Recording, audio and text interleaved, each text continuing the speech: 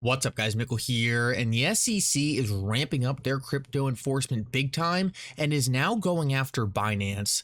In this video, I want to talk about that case and some very interesting things that are coming out of it, because the SEC is now alleging that some of the tokens on Binance's platform are securities. I want to talk about this case specifically and let you know what I think it means for the Ripple SEC case, because there definitely are some implications here, and there was some interesting facts about XRP in relation to this case. Towards the end of the video though, I want to move past this and actually talk about a massive upgrade coming to the XRP Ledger.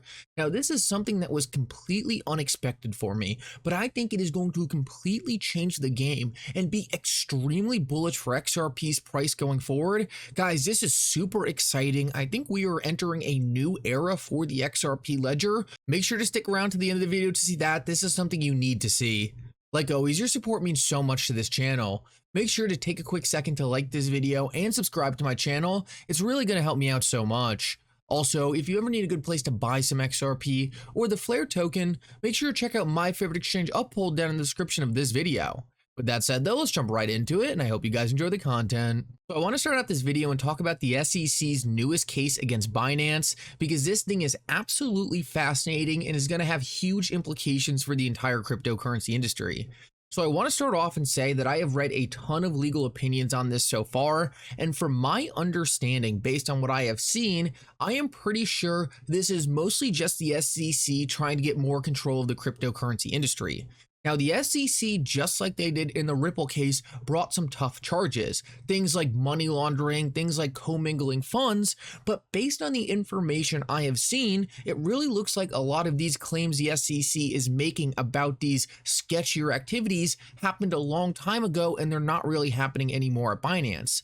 It seems like the SEC did the same thing they did with Ripple, where they threw everything at the wall at Binance and essentially are just going to see what sticks.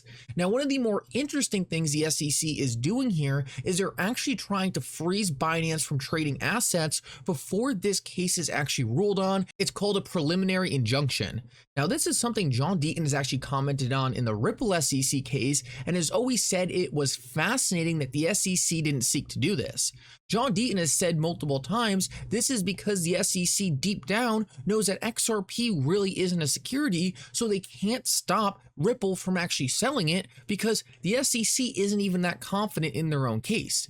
What is interesting is the SEC is trying to do this in the Binance case, which I found pretty fascinating. With that said though, one of the most damning things I have seen in the case so far, and actually one of the only things that I actually looked at and said, okay, that's not that good for Binance, was actually a quote from Binance's chief compliance officer, where he said, "We are operating as a effing unlicensed securities exchange in the USA, bro." Obviously, that right there is not a good look, but I think we need to add some context to this. The fact of the matter is, a lot of exchanges in the US, like Coinbase, know they're unregistered securities exchanges. Most of them understand and want to offer products in the US market that are securities. It doesn't mean every single token on their platform is a security, but if it is a security, they still want to be able to sell it, and they also want to be able to offer products that might be securities, like say a yield-bearing account.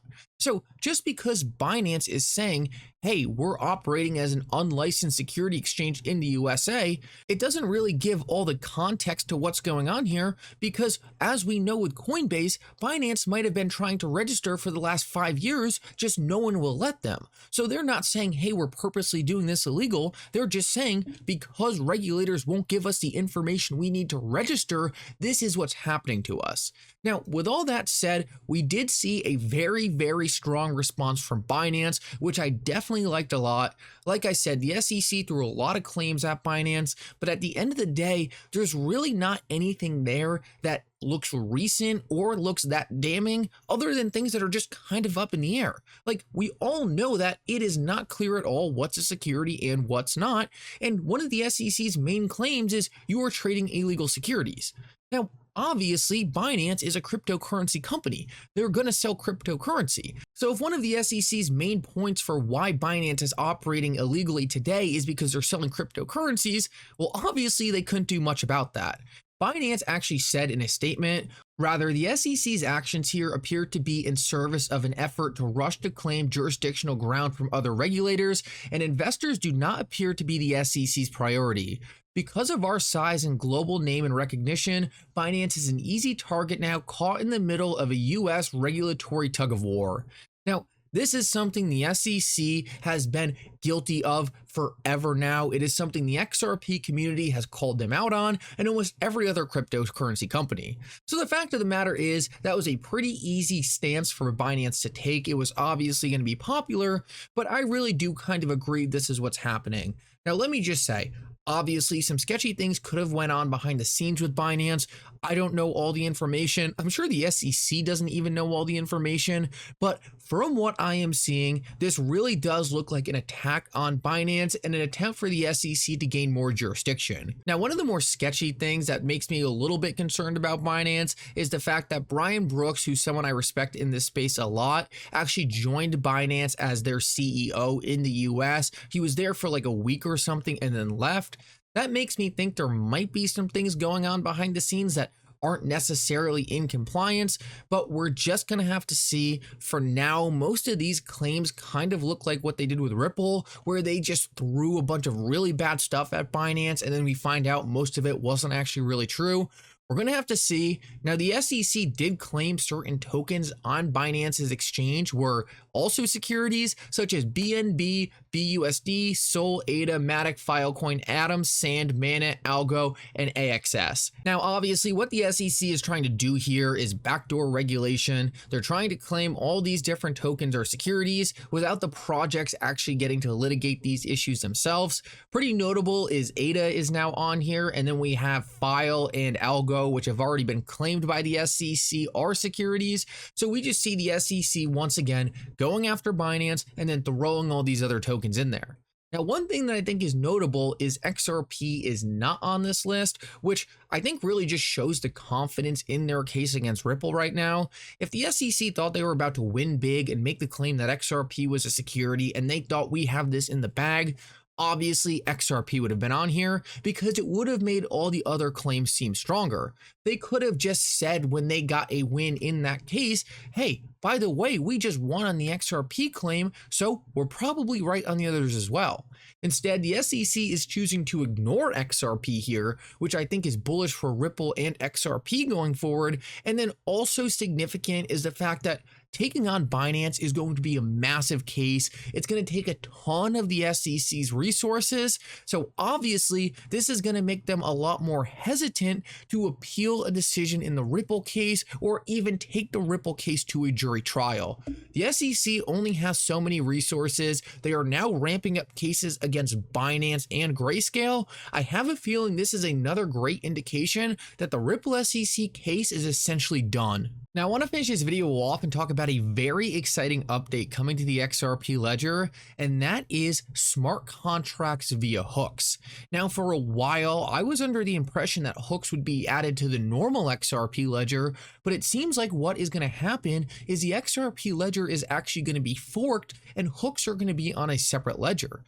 Now, I know what a lot of you are probably thinking is, wait, there's going to be another XRP Ledger? Does that mean there's another 100 billion XRP? Does that mean Ripple could potentially switch to this other XRP Ledger? Well, guys, the XRPL Labs team is doing an absolutely outstanding job here, and what they're doing is they're actually linking the two ledgers, so there will always be the same amount of XRP out there, and essentially you'll just be able to move the XRP from one chain to another.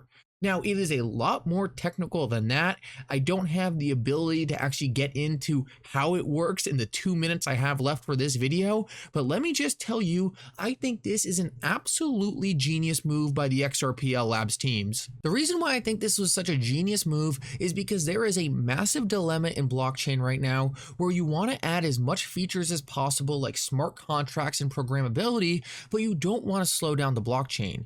Essentially, what happened with Ethereum is is they added all these great features for developers, but then it kind of broke the payment system that Ethereum once was, and now it takes forever to send a transaction, and you guys all know how much money it costs. You wouldn't want to do that same thing with the XRP Ledger, and it was kind of a dilemma. Hey, what would happen if we did add hooks? So what they did instead is they just added another version of the XRP Ledger next to it and are now creating a bridge between the two. So hey, you can use one XRP Ledger for payments and one for programmability, and the same XRP is able to travel between them. Now, I just think this is an absolutely fantastic idea. The ability to scale horizontally rather than jamming all these features into one ledger is how this industry is going to have to progress. We need the ability to have different ledgers custom fit for different applications. At the end of the day, based on where we are right now in blockchain, we simply do not have the technology to jam all the features we need into one blockchain. What we need is different blockchains custom fit for different solutions and then interoperability between them. What we are going to have here is we're going to have an XRP ledger that still works perfect for payments, perfect for liquidity, but we're going to have another XRP ledger custom fit for programmability, and I think that is absolutely genius. Now, Zach Rector tweeted out earlier today that cross-border payments were just a test, and I think what we're seeing is an evolution into an XRP ledger that is custom fit for larger financial system issues. We know that the XRP ledger is already a perfect solution for cross-border payments and just payments in general and moving money around. But there is so much more to disrupt in the financial system, and for that you need programmability. In order to tackle some of these bigger issues, in order to fully create a new financial system, you need to have as many features as possible, and I think what we're seeing is the first step for Ripple to take on some of these bigger things. We know that Ripple is pivoting its own business plan to start looking at CBDCs, to start looking at treasury management, and what we're seeing is we're seeing the XRP Ledger is evolving alongside with Ripple. I am super excited to see this. I think this is going to add some amazing things to the XRP Ledger, but most importantly, I love that they're not just forking the XRP Ledger and making some independent blockchain with new XRP. I love that there is a one-to-one issuance. Your XRP is going to be useful on this new ledger, and you are not going to get diluted with some new asset that now you have to get a new stake in. This was excellently done. I think they capitalized on this opportunity perfectly, and ultimately I think this is going to lay the stage for the XRP ledger to become exponentially more useful, as it is able to create new side chains that are custom fit for specific applications without actually slowing down the main ledger. Anyway, guys, I hope you enjoyed this video. If you did, make sure to like and subscribe. It really does mean so much. And for now, Mickle out.